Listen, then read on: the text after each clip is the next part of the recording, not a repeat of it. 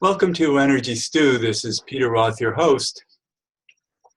And I'm inviting you again to tune in to this discussion and interview that we're going to have with our adventurer, who we've had on the show before, Ajayan Borys, about his book, Whispers of the Himalaya, and also his great adventures as a meditation teacher and meditation practitioner, and what it all means and what's happened. So, Ajayan, I'm so glad for you to be back on Energy Stew. Well, thank you, Peter. It's just wonderful to be here, and I appreciate your invite to come back. Well, this is an important understanding because so many people project what would happen to them if they really got into meditation, if they did what you did, even go up to the Himalayas and find a cave and meditate for months at a time. And what would life become? What would change? How self-realized can you be? Can you answer that? Well, that's a big question. And of course, it's going to be different for everybody. But one thing there's a lot of dimensions to this because first off, when you do a lot of meditation, it does have a profound effect on your physical body and therefore also on your mind and your mental outlook, your inner experience. So one thing meditation is great at, and if you do a lot at it, you'll really notice a huge change, is that you will get happier. And it's just like, because it affects the body in that way.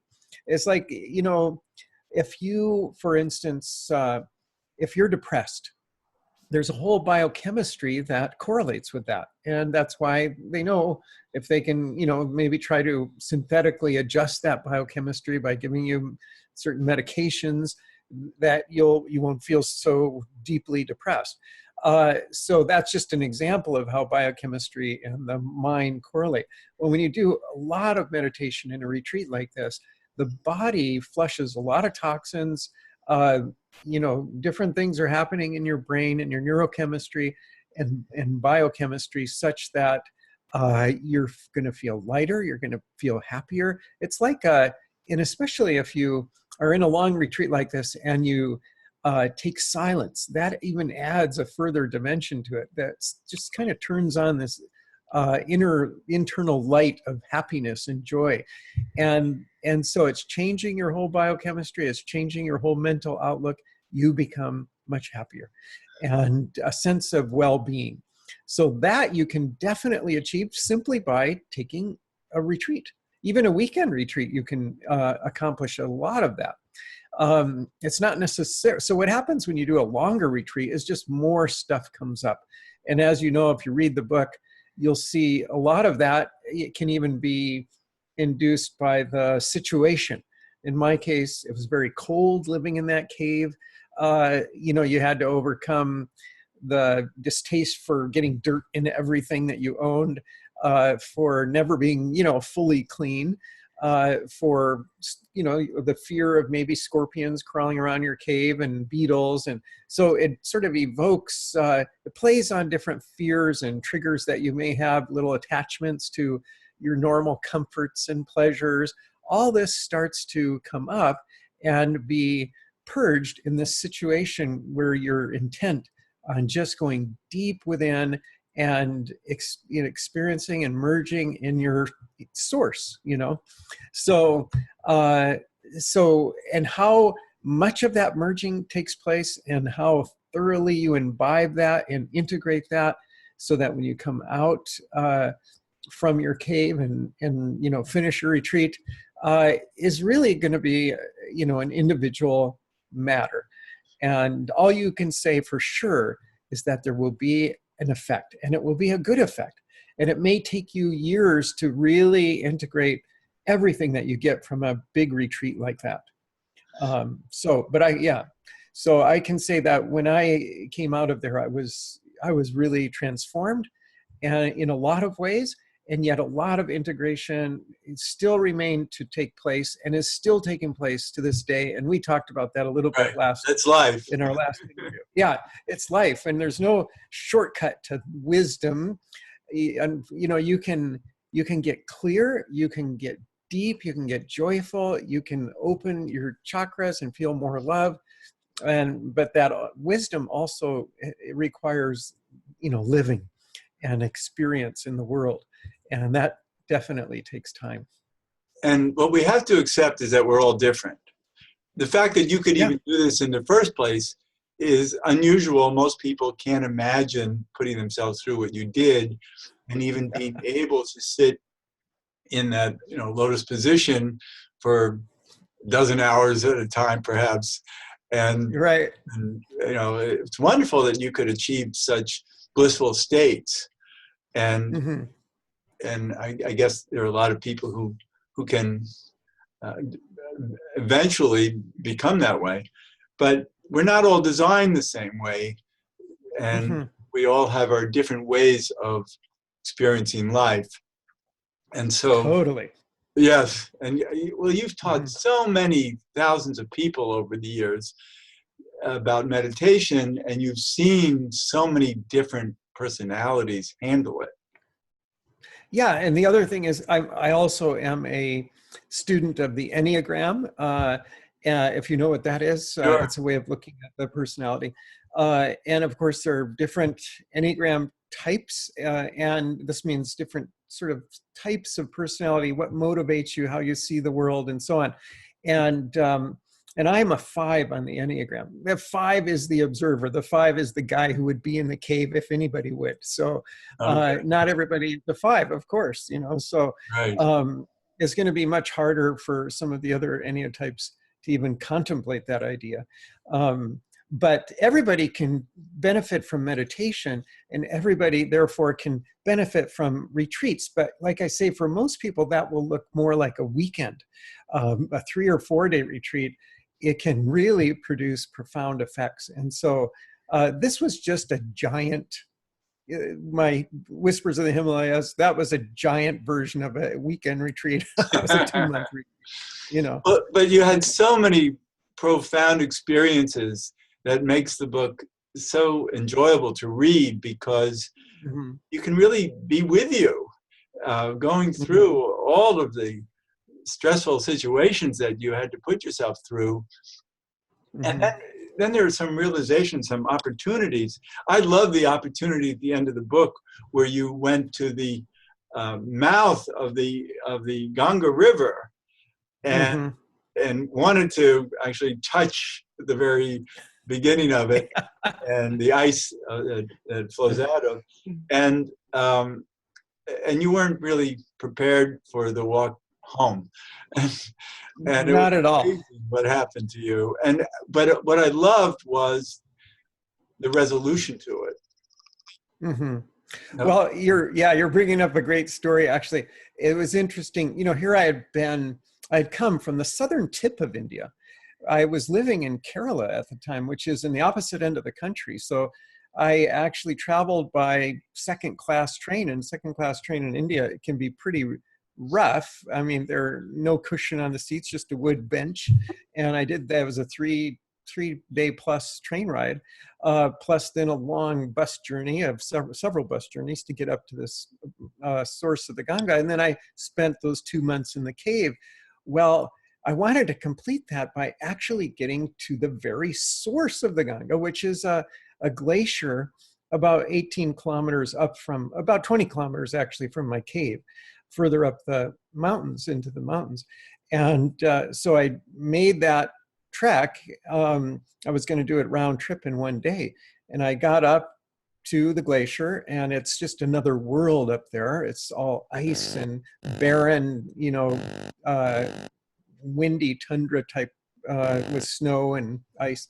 Anyway, so I got up there, and I decided I have to touch that glacier, and so there was a fellow with me, and I thought, oh, this would make a great photo opportunity. I could go. There was there's a cave that the Ganga's flowing out of at the base of the glacier. And at the base of that cave, there was some piles of ice. And I didn't think about how those piles of ice got there. I just thought, oh, I could walk out on those piles of ice and be right in the mouth of this cave. What a great shot that would be. So I started heading for it, and the guy had his camera. And just as I was getting close to the thing, suddenly a huge chunk of ice, the size of like a 1 or 2 car garage, broke away from the top of the glacier and crashed down right where I was walking. And I realized, oh, that's how that ice walk got there from these crashing, huge mountains of ice. Right, and you could have been under it. Right. So I thought, okay, scratch the walkway shot. And then I decided I still had to touch the glacier. And so I just very gingerly made my way up to the glacier and touched it. And that seemed like quite an achievement. And the guy with the camera thought I was absolutely insane, but I still lived, so that was okay. And there's a picture in your book from that journey. But what I was amazed at was what happened on the way back. That you had to get home because it was so cold and you weren't prepared for the elements. And and you also physically had some issue, right? Yeah, I had not. This was basically a 26-mile hike going up 3,000 feet and 13 miles up and 13 miles back. That's what it amounted to, all in one day. And I had prepared for this hike not by working out, not even by taking little daily treks, but rather by sitting in my cave in full lotus, like you say, 12 hours a day. And so my knees were not strong from having had them in that position all the time. My legs were sort of atrophied practically. And so by the time I got up there, I was really feeling it. That was 13 miles. That was really hard on me. And then it started to rain. And in the cold and in the stress on my legs, now my knees started to hurt. This sometimes happens to hikers when you're going down, the impact of walking down. And it became very extreme, such that every single step was literally as if somebody was driving a nail into your knee, in each of my knees, with each step. And that's not an exaggeration. That is exactly what it felt like. And I had to, and of course I had 13 miles to go. And every step was excruciating pain. And so this became it was the most difficult physical trial of pain I've ever experienced in my lifetime. And I couldn't keep up with my companion at that time. And so he became impatient because it was going to be getting dark soon. And here we were in the Himalayas in the cold and rain, and it'd be easy to get hypothermia and all that. We could not spend a night out there and live, probably. So this was important to keep going. But I could only go at a crawl, basically. And so I tried to do kind of a walking meditation. I invoked every god and goddess and saint and deity in every pantheon of every spiritual culture of the world, and nothing much was easing my pain. And finally, I did have an experience where the focus of a lot of my meditation is on the formless, infinite self, Brahman. And so I started to repeat a common Mahavakya, they're called. It's just a succinct phrase that succinctly expresses the most profound truth, which is, I am Brahman, and all this is Brahman. And as I was coming down and saying that, and because of the intensity with which I was feeling this pain, and it was kind of propelling my mind in this direction, I soon started to feel this amazing bubble of grace. It was literally like I was almost walking in a bubble of light, and even to the extent of almost being carried down the mountain in this bubble of light. And I found that even though my knees were still hurting, I could walk much faster. And then the pain started to turn into a blissful feeling. And I overtook my friend finally, who had been, had really gotten quite a ways ahead of me. And then finally, for the last part of it, we walked together. And the interesting thing is, it had turned dark, so we were walking in the dark, and we each had a flashlight. And I had just put new batteries in my flashlight, but they were batteries that you bought in India, which means you just have to cross your fingers and hope they work. Actually, and after a short order, they did go out altogether. And so, I mean, those brand new batteries, they were just gone, no light whatsoever. And then we got a little further, and my friend's batteries went dead as well. And so we now found ourselves maybe just a mile or so from my cave, and without any light in a pitch black forest. And so that was another thing. And maybe I shouldn't say a spoiler. I'll let you read the book and find out how that turns out. I read the book, and you made it. Read the book. We did make it. We did make it. I loved it, and all the adventures in it. But I was so fascinated by this bubble of grace that you found. Mm-hmm. And I think that is really important for people to believe that they can create that. Yeah, true. And it completely surprised me. I mean, literally nothing up to that moment had worked in this intense pain. And there's all kinds of little interesting aspects to this. As we were coming down, I had seen people get donkeys, other people had donkeys. I was really seriously thinking of getting a donkey, but I really couldn't at that point. There was no way. Plus, I was kind of shamed by these porters who were carrying stuff up to sort of little camps further up the mountain.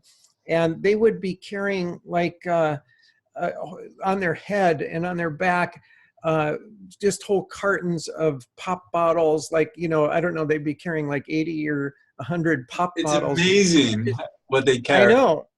Exactly. And then big jugs of whatever water, or I don't know. I always think about them when I'm coming home from a shopping trip. I'm in New York City and I go by foot and I use a backpack, and often it has 40 or 50 pounds in it. And, and I'm thinking, this is nothing compared to these guys. I know, they're just amazing.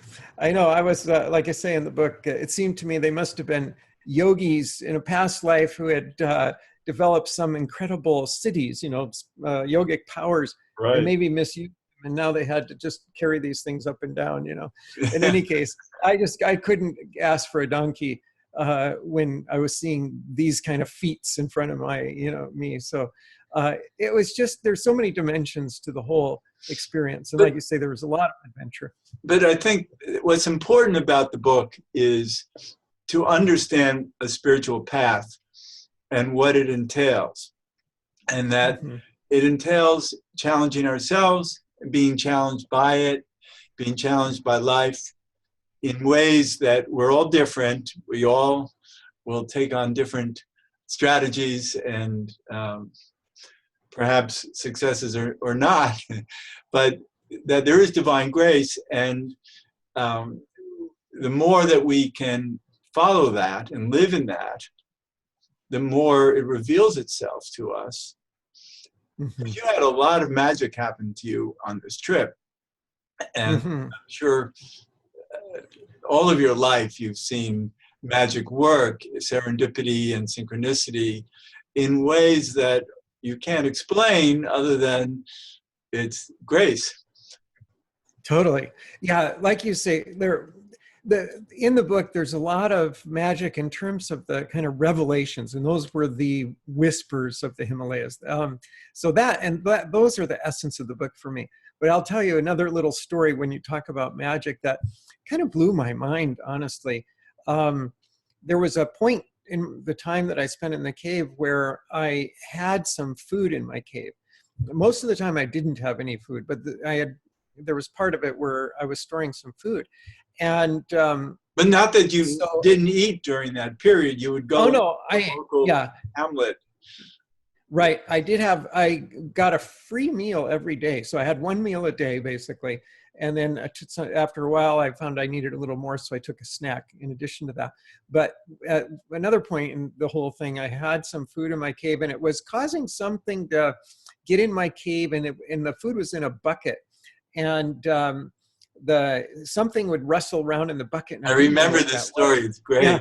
Yeah, and I thought, okay, this has got to stop. It's keeping me awake and stuff. So I got to make clear this, whoever this is not welcome. So I had this bamboo walking stick, and I went over to the bucket with my flashlight, and in the middle of the night, and I whapped the side of the bucket, just to give whatever was in there a good scare, so it would not keep doing this. And so out of the top of the bucket crawls this sort of, I don't know if it was a rat or a mouse or what. It wasn't that big, so I don't think it was. I think it was a large mouse, basically. And it crawled out, and then it crawled down, and it was on the floor, and it seemed a little stunned and uncertain. And of course, if I had been wanting to, I could have walloped it, but I didn't want to hurt it. I just had wanted to kind of, let it get the message it wasn't too welcome. And so it crawled across the floor of the cave, and when it got right in front of me, it crawled towards me on top of this rock. And it was on top of the rock, and it looked up at me with its unblinking eyes. And then it put its front paws together, and I swear, bowed down. And then it came back up, and it looked at me again for a few moments, and then it crawled off the rock and crawled into a crevice in the side of the cave. And I just, that sounds fantastical. I mean, it sounds like I'm got to be making this up. I did not make this up. I am sure there was no circus trainer in the Himalayas training this mouse. This mouse was a miracle. And it showed me that, every being there has, has a sanctity. And from that point on, I never again complained about my nighttime forager in my bucket. He Right. kept coming, and he was welcome. Right. You knew it was a fellow spiritual traveler. Exactly. And, it's hard to even make sense of. Again, it recalls the whole idea of reincarnation. It was this some yogi that took some misstep and ended up being a mouse, and now he's a very sacred mouse. I have no idea. All I know is what I just described really happened. I'm not making it up. And it was a magical journey in so many ways. Right. And that's why this book is so fascinating. I'm sure that a lot of people will feel the way I do about it, because it draws us to what our own potential could be. Not that I'm thinking of doing any of that, but just on an understanding of who we truly are when we allow ourselves, to discover more of our oneness and self-realization that it's a discovery path that many of us are on in different ways. And I have my way of doing it that I'm very happy with, and so I'm very grateful that I can speak with you and really appreciate the richness of what you're doing and why, and honor that so much, because it's a special purpose you have to inform all of us about ourselves through your adventures. Beautifully put, Peter. I hope that's what it does. And, that's my purpose in writing the book. And that's my prayer, that people reading it get that inspiration, that it helps them in their path somehow. Right, exactly. And what I wanted to talk with you a lot about, and this half hour goes by so quickly. It's so much fun hearing what you have to say. And but I want to get deeper into the purpose of meditation um, you talked about that early in the show, Mm-hmm. but what it really accomplishes in terms of what our goals are in life, in terms of purpose. Certainly, I love that meditation brings peace and clarity to our bodies and minds, our spirit. Right. And Mm-hmm. yet, as we also talked about, everybody is different. And the way that we use that has to align with that deeper purpose of why we've come here to follow the path that we're each following differently. Mm-hmm. Right.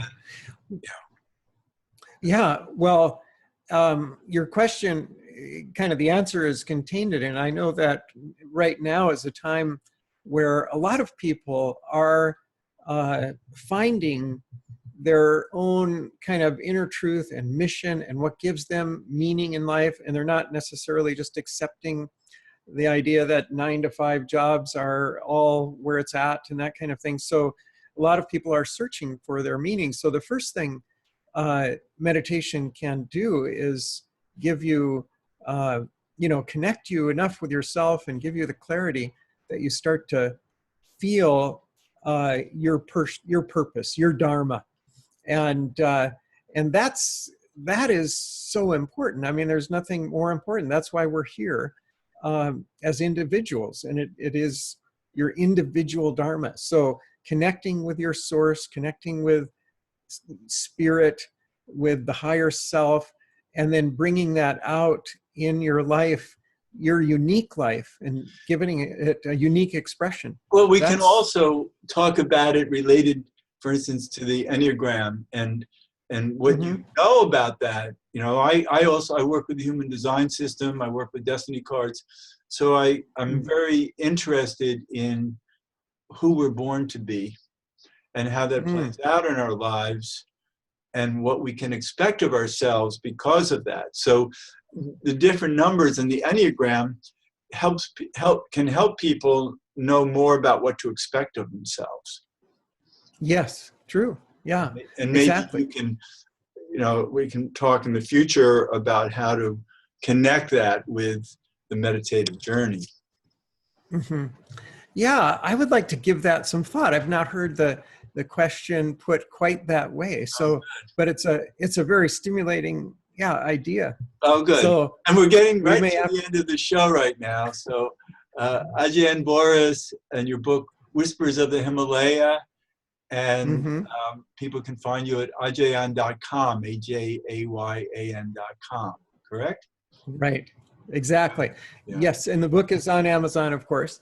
And thank you, Peter. It's always a delight talking to you. And so I hope we get together and talk again. I hope so too. And this is Peter Roth, your host of Energy Stew at prn.fm. I can be reached at peter@heartriver, HEART river.org, or 212-222-7748. I'd love to hear from you, and thanks so much for listening.